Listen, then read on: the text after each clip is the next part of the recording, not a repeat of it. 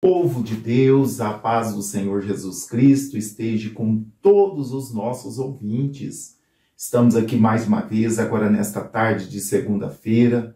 Hoje é dia 5 de junho de 2023. Estamos contentes, estamos felizes, porque o Senhor tem nos ajudado até aqui.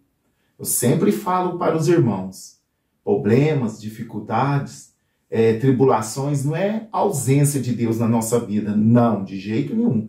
Todos nós passamos por tribulações, dificuldades, né? Cada um tem o seu gigante, vamos dizer assim. Mas uma coisa podemos ter certeza, que Deus, Ele nos ajuda a vencer os intempéries da vida, nos ajuda a derrubar o gigante, como Ele ajudou a Davi a derrubar aquele gigante Golias que afrontava o povo de Deus. Assim também somos afrontados, né? Assim tem problema daqui, tem problema dali. Quando você pensa que está tudo bem, vem uns problemas inesperados. Isso é normal.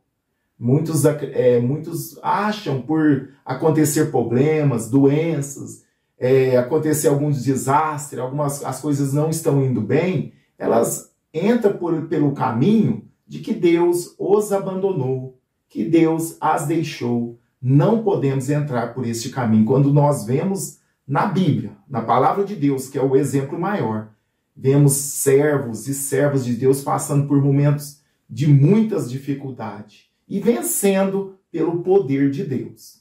O segredo é confiarmos em Deus e acreditarmos que a nossa vida, até os nossos problemas, estão nas mãos de Deus. É colocar nas mãos de Deus. Por isso que o Senhor fala que nós não devemos ficar ansiosos, mas antes as nossas petições estejam tudo diante de Deus. Então quero te dizer nesta tarde de segunda-feira, pastor, eu estou passando por situação aqui, ali, é enfermidade, é problema com família, é com esposo, é problema financeiro, é problema existencial, é com vizinhos, olha, parece que está todo mundo contra mim. Acho que até Deus está contra mim. Não, com certeza não. Com certeza o Senhor jamais ele vai estar contra você. Então, que nós possamos confiar em Deus. Neste mundo, o próprio Jesus disse, irmãos, não foge à regra, não tem jeito de fugir da regra. Neste mundo tereis aflições, mas tem de bom ânimo. O que Jesus quer de você e de mim é termos bom ânimo no meio das tribulações, aflições. Quando Jesus fala aflição é uma coisa difícil de suportar, é adversidades, é tempestade, é momentos que nós achamos que não vamos conseguir. Isso é aflição, né? Mas no mundo tereis aflição, mas tem de bom ânimo, eu venci. Então nós devemos olhar para quem? Para Cristo, ele venceu. Desistindo? Não, ele venceu avançando. As tribulações, as perseguições, nem a morte pôde parar o nosso Cristo. Então nós devemos olhar para ele, nos espelhar nele, porque ele venceu até a morte. Então, meus irmãos e minhas irmãs, nesta tarde eu quero te dizer, né, que essas tribulações que você está passando, essas dificuldades, essas adversidades, você deve fazer o quê? Orar, entregar na mão de Deus e fazer uma análise sincera. Será que essa tribulação, esse problema que eu estou passando, eu que provoquei? Ou está acontecendo mesmo eu sendo justo e fiel a Deus? Nós devemos ser sinceros com nós mesmos. Porque tem situações que nós procuramos. Não é Deus que está permitindo a nós, é nós que procuramos com as nossas próprias mãos e Deus nos dá o livre-arbítrio, nós podemos procurar problema, Deus não vai impedir, mas depois vamos ter que arcar com o problema. Por exemplo, eu vou usar aqui um termo, por exemplo, se eu vou lá, envolvo uma mulher fora do casamento, uma relação fora do casamento, um adultério. Aí aquela mulher engravida, vai ter um filho. Aí aquela mulher vai ficar cobrando pensão. Está no direito dela. Tem de assumir e pagar a pensão, senão vai até preso pela justiça. E tem mesmo de assumir, né, o erro. Então, aqui lá, enquanto aquela criança, até se tornar o filho maior, pode ser que vai te dar problemas. Ele nunca vai deixar de ser teu filho. Mas por que aí né? Talvez você passe por um desemprego, talvez está tendo contenda dentro do lar, porque a mulher vai jogar na cara do esposo, você me traiu, estamos passando por isso porque você foi infiel. Vocês estão me entendendo? Estou falando uma coisa, nesse sentido de um adultério, de uma relação extraconjugal. Olha o problema que pode causar.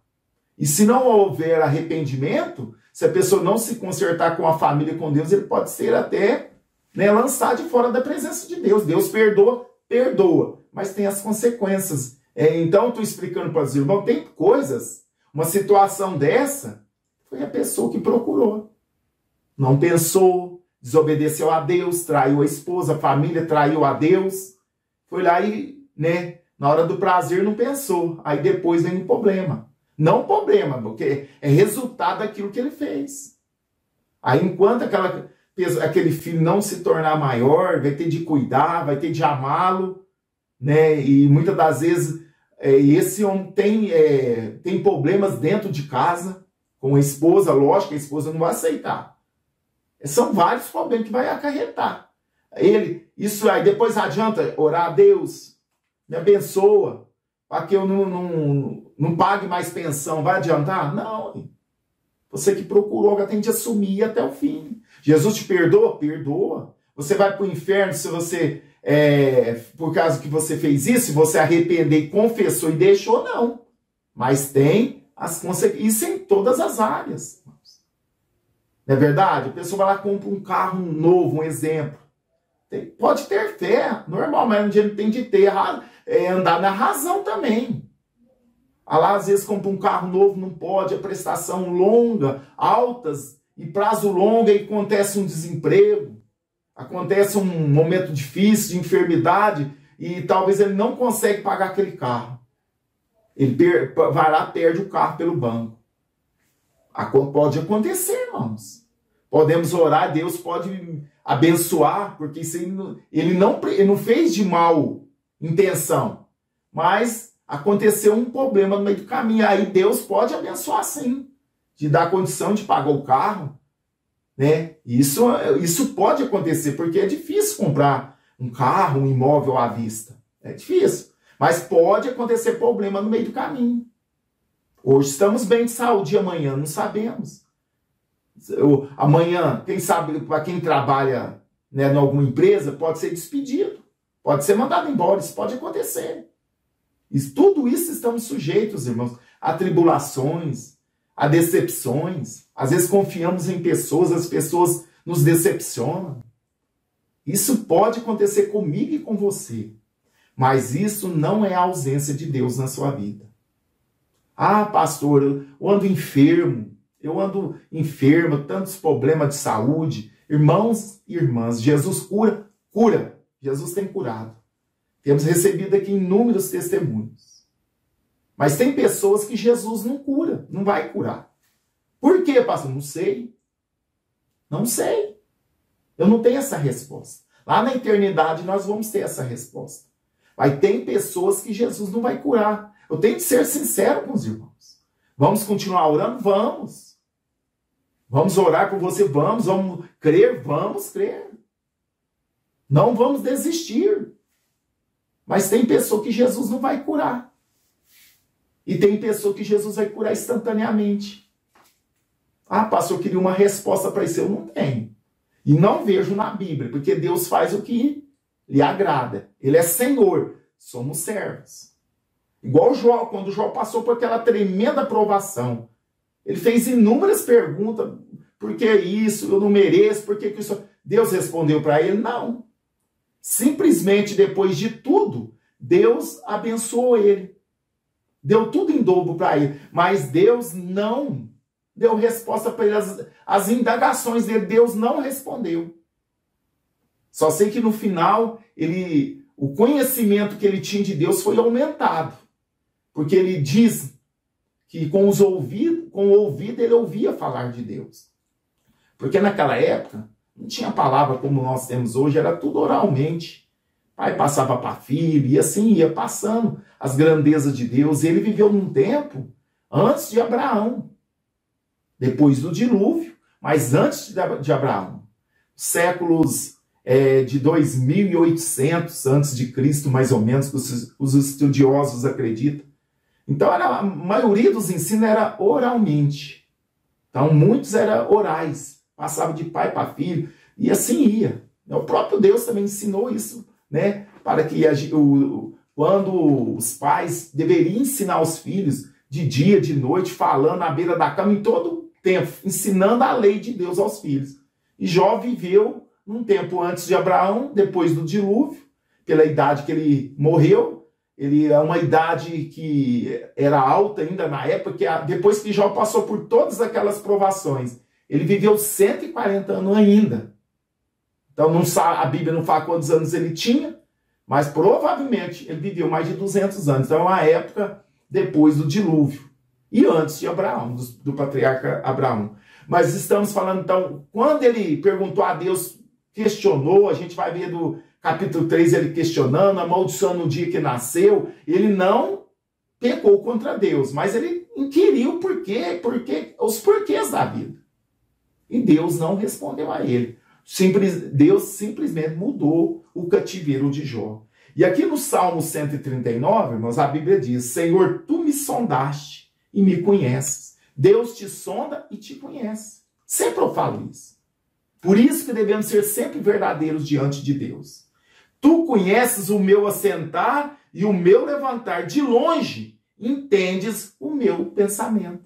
Salmo 39 fala da onipresença de Deus.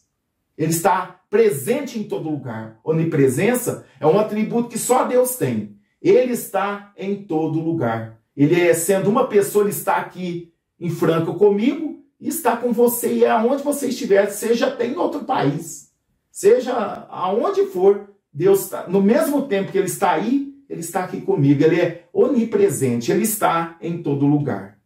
E ele diz aqui, não só onipresença, onipotência, ele é o Todo-Poderoso também. Tu conheces o meu assentar e o meu levantar de longe. Entendes o meu pensamento. Deus conhece as nossas intenções. Deus conhece o nosso pensamento. Por isso que Jesus vem e fala sobre o adultério, né? Porque os judeus, eles criam que só haveria um adultério se a pessoa tivesse conjunção carnal com uma pessoa casada. Era adultério. Aí Jesus vem e fala, aquele que cobiçar com o olho, né? Aquele que olhar, cobiçar no seu coração, já adulterou com a mulher. Interessante, né? Coisa interessante. Só do homem desejar, só do homem querer olhar para a mulher, cobiçar, desejá-la, ele já está adulterando com ela. Então isso foi o ensino de Jesus. Por isso que precisamos, irmão, vigiar. Principalmente o homem que tem mais essa dificuldade com os olhos, né, de cobiçar. Não é verdade? Então, o homem tem que tomar cuidado, porque a mulher, o homem age mais com razão, a mulher com emoção. A mulher vai mais pelo que ouve, o homem é pelo que vê. Então, nós homens temos que tomar muito mais cuidado, né? O que nós assiste, o que nós vê na rua, tomar muito cuidado. Precisamos estar cheios do Espírito Santo para dizer não à nossa natureza carnal, para dizer não ao pecado. E a mulher também, sensata, a mulher de Deus, ela tem que tomar também cuidado naquilo que ela veste, né? Porque se ela andar com a roupa que chama atenção, vai fazer o irmão pecar, o homem pecar. E ela está pecando, porque ela está provocando, né? Provocando sensualidade no homem. Então, o homem precisa tomar cuidado no que vê, no que cobiça, né? Não deve ficar cobiçando. Porque Deus, ele conhece, a Bíblia fala, de longe, ele entende o nosso pensamento. Agora, a mulher também tem que ter graça, sabedoria de Deus e não andar com uma roupa sensual, porque vai atrair a atenção do homem. Ela vai pecar porque está fazendo o homem pecar também. Ela está pecando porque está usando uma roupa que atrai a atenção do homem. Então, meus irmãos, a Bíblia tem tudo. Tudo. Ela nos mostra tudo o que Deus quer para nós de bom. Ele tem um céu para nós. Ele tem coisas boas para nós. Mas nós precisamos estar em obediência a Deus. Hoje, infelizmente, né? Hoje não prega mais contra o pecado. Mas eu estou aqui como um atalaia. Né? Muitos não querem mais ouvir, muitos não querem ser mais confrontados, mas enquanto Deus me der fôlego, eu sempre vou confrontar o pecado, porque a Bíblia nos confronta, irmãos. É para o seu bem, é para o meu bem, é para nós ir para o céu. Se ninguém pregar sobre o pecado, o que vai virar, irmãos? E a Bíblia bate de frente, o pecado faz divisão entre nós e Deus, e podemos pecar no ouvir, aqui, ó, no pensar, no olhar, no imaginar. Por isso que precisamos estar em comunhão com Deus e andar em espírito, e não cumprir os desejos da carne. Infelizmente, né, muitos acham ou fingem que não entendem que Deus conhece a nossa mente e o nosso coração. Ele sabe das nossas intenções. Então tem muitos que tá vendo uma coisa ali, vamos dizer um homem, estou falando de homem, uma mulher ali, está ali olhando, olha a mulher e fica preocupado, será que tem algum irmão me vendo? Será que tem um pastor tá me vendo? Será que a irmã tá vendo que eu estou olhando aquela mulher? Eu deveria olhar para cima. Será que Deus está me vendo? Muitos não, está preocupado com o homem.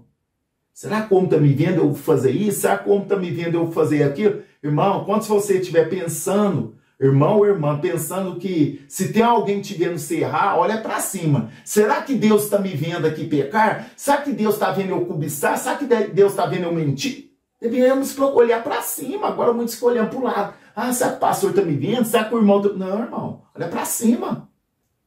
Será que ele está te vendo? Será que ele está me vendo? Isso serve para todos nós. Não é verdade? Então, olha só. De longe, entendes o meu pensamento.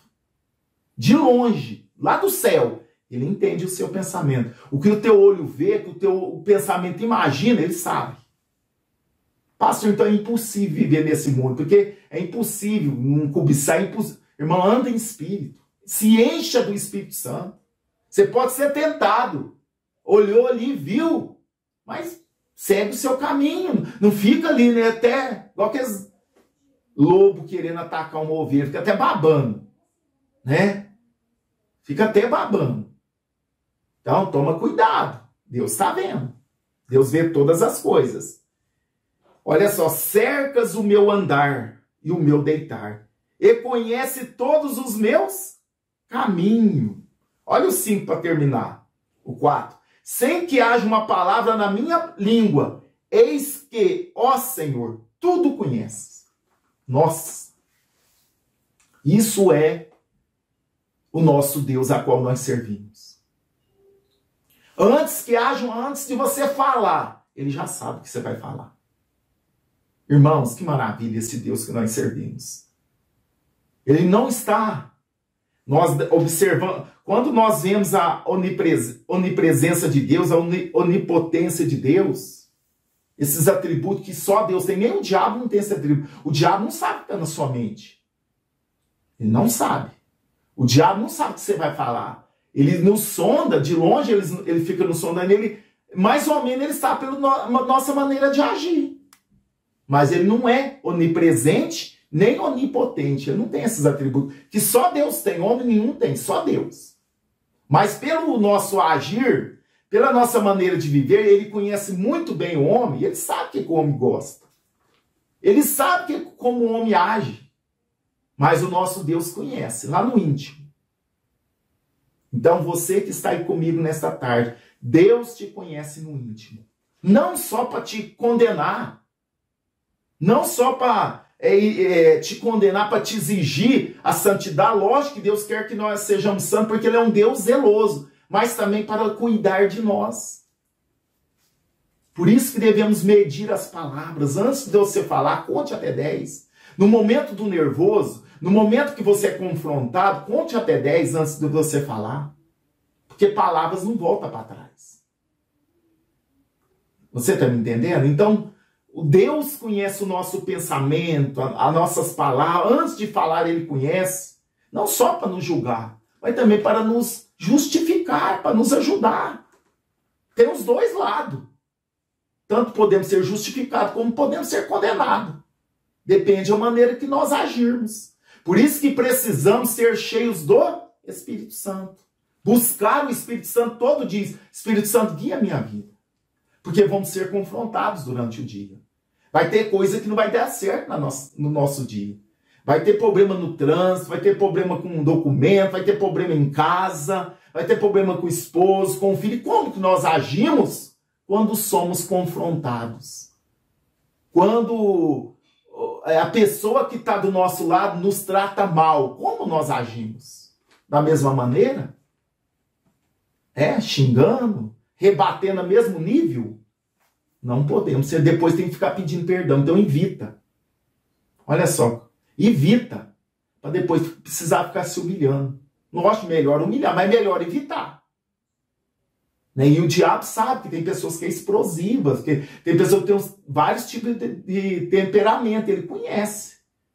Ele sabe o seu temperamento e o meu. Ele vai tentar naquela área que somos explosivos, naquela área que somos mais frágeis. Por isso devemos vigiar. Tem pessoa que tem dificuldade, homens, dificuldade de lidar com mulher com roupa justa ou roupa curta. Ele tem dificuldade, o inimigo vai tentar te induzir naquilo.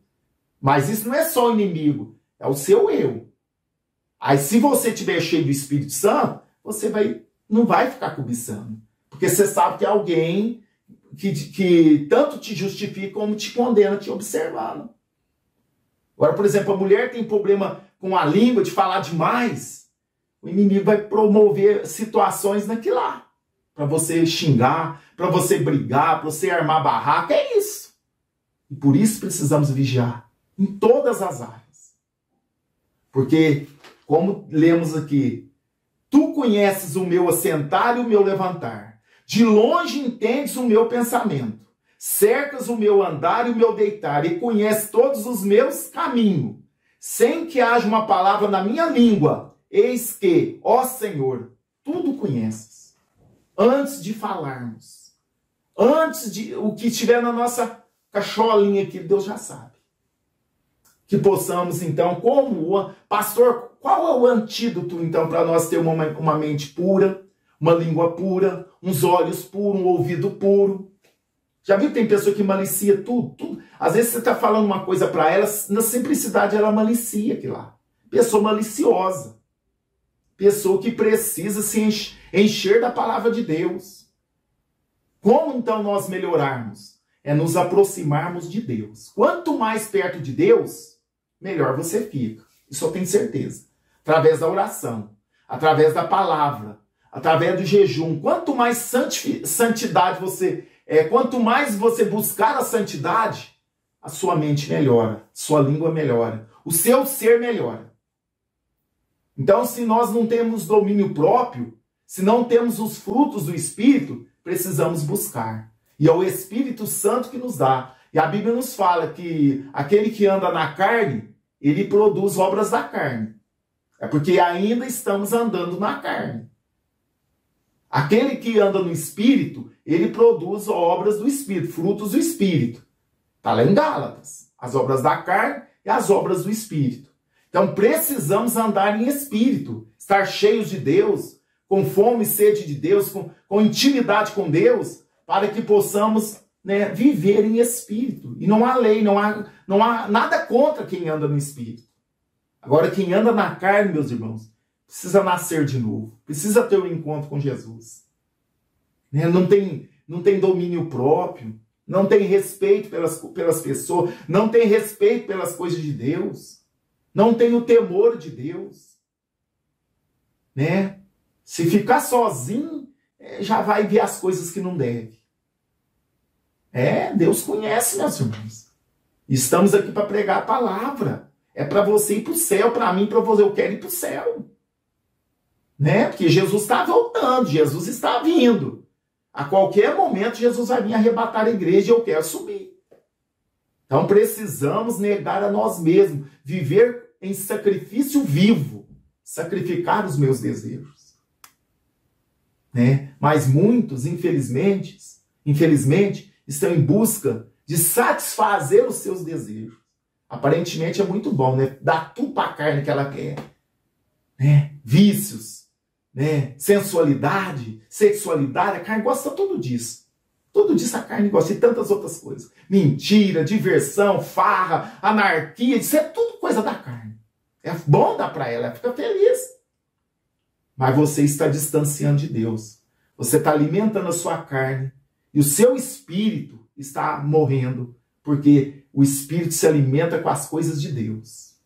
É uma guerra constante. Enquanto estivermos aqui neste corpo, é uma guerra.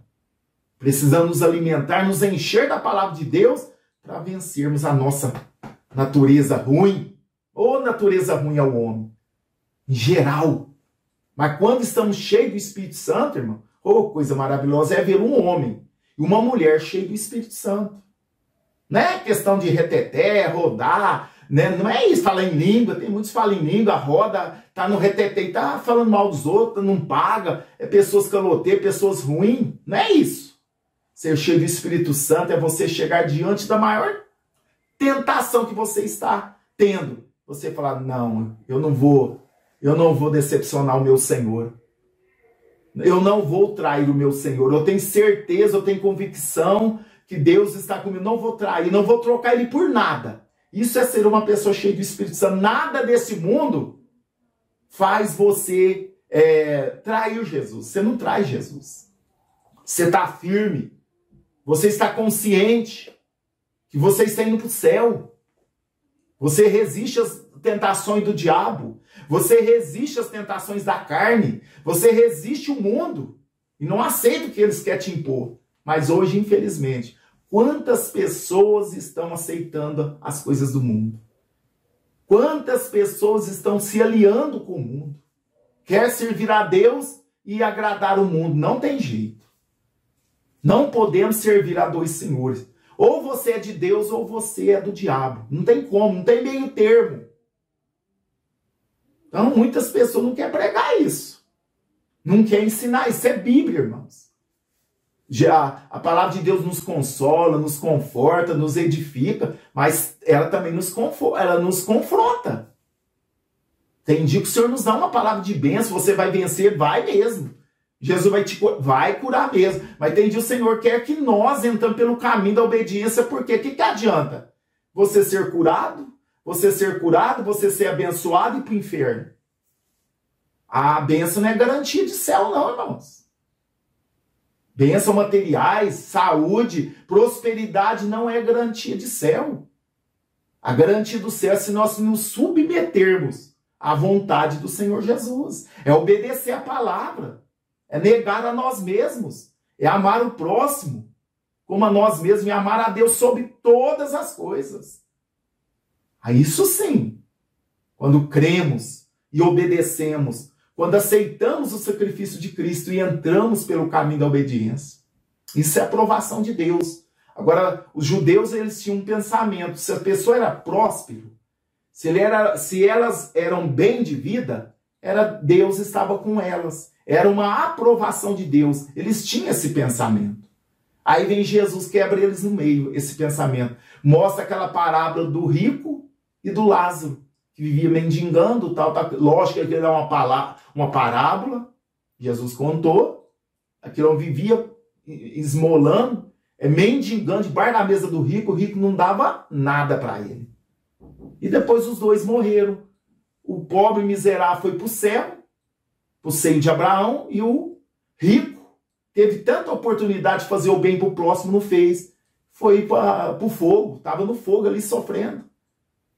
Então não quer dizer que pobreza é sinal de salvação. Isso não, aquilo ali é uma parábola, porque os judeus tinham na mente que riqueza era a aprovação de Deus. E nem sempre, irmãos. A gente vê tantas pessoas aí que são terríveis pecadores diante de Deus e ricos.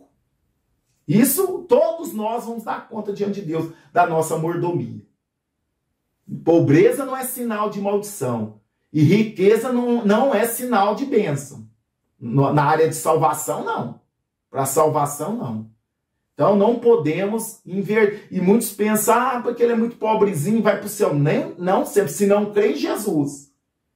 Se não crer em Jesus, se não obedecer a palavra dele, pode ser pobre, pode ser rico, vai ser condenado. Não é eu quem condena, é a Bíblia.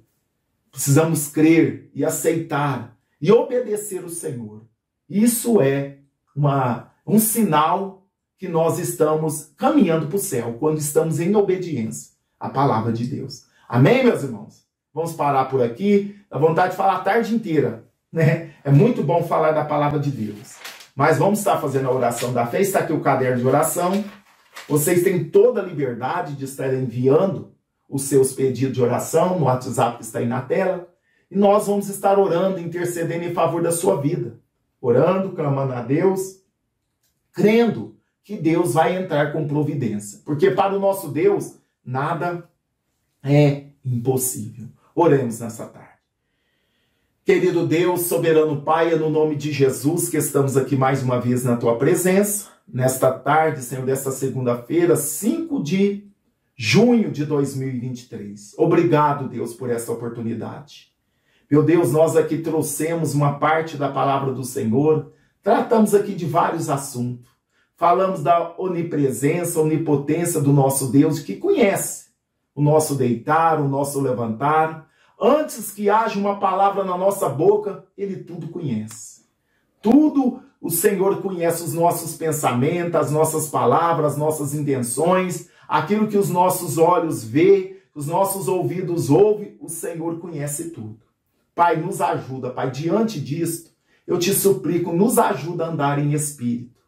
Nos ajuda a dizer não ao pecado, à cobiça, os desejos da carne. Nos ajuda, Pai, a dizer não. Que possamos, meu Pai, nos encher do teu Espírito, porque sozinho, com a nossa força, não conseguimos. Somos dependentes do teu Espírito Santo. Pai, abençoa o teu povo. Entra com providência nesta tarde, Senhor. Na vida do meu irmão, na vida da minha irmã. Faz milagres, cura os enfermos, liberta os cativos, visita os lares, expulsa todo o mal desta casa, deste lar, Senhor. Pai, pessoas que estão hospitalizadas, visita nesta tarde. Muda este quadro, muda esta situação. Pessoas que estão, Senhor, meu Pai, passando por alguma dificuldade nesta tarde. Meu Deus, entra com provisão, Pai. Abre portas que estão fechadas. Abençoa, Pai, os nossos ouvintes. Aonde esta oração chegar, Deus meu, que coisas possam mudar dentro desta casa. Que coisas possam mudar no seio desta família. Muda o coração do filho, muda o coração do esposo, da esposa. Visita os familiares, livra do mal, guarda as famílias, guarda os nossos ouvintes. Ministra a tua bênção, Pai, sobre cada casa, sobre cada lar. Meu Deus, em nome de Jesus, pessoa que está nesta tarde, meu Deus, passando por um momento difícil. Deus, entra com provisão. Meu Deus, faz um milagre.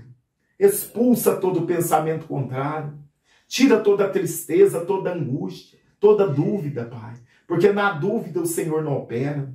Visita os nossos ouvintes, Pai, que deixaram os seus pedidos de oração aqui neste caderno, Pai. Visita cada nome, visita cada pedido, visita cada família, Deus. Entra com providência, faz um milagre, meu Pai. No nome do Senhor Jesus, visita os nossos irmãos, as nossas irmãs, visita a cada cômodo desta casa, Deus. Que todo o mal caia por terra dentro desta casa. Meu Deus, toca nessas pessoas, do alto da cabeça às plantas dos pés. Meu Deus, derrama da tua graça, derrama saúde, meu Pai, sobre o teu povo. Derrama prosperidade, derrama salvação, derrama alegria, Pai, nos corações desta tarde. Tira toda a tristeza, tira toda a angústia, dá alegria para o teu filho e a tua filha, Pai. Essa é a oração que eu faço no nome de Jesus, que vive e reina para sempre. Amém. E graças a Deus. Deus seja louvado. Muito obrigado por nos acompanhar. Toma esta palavra na sua vida. Receba esta palavra. Toma posse. Viva esta palavra. Que com certeza você vai ter uma vida abençoada. Que Deus abençoe a todos. Compartilhe esta palavra com seus contatos. Nos ajude a fazer a obra de Deus. Uma boa tarde e até às 0 horas. Se Deus quiser, estaremos aqui no momento da oração, da madrugada. Deus abençoa e até às 0 horas.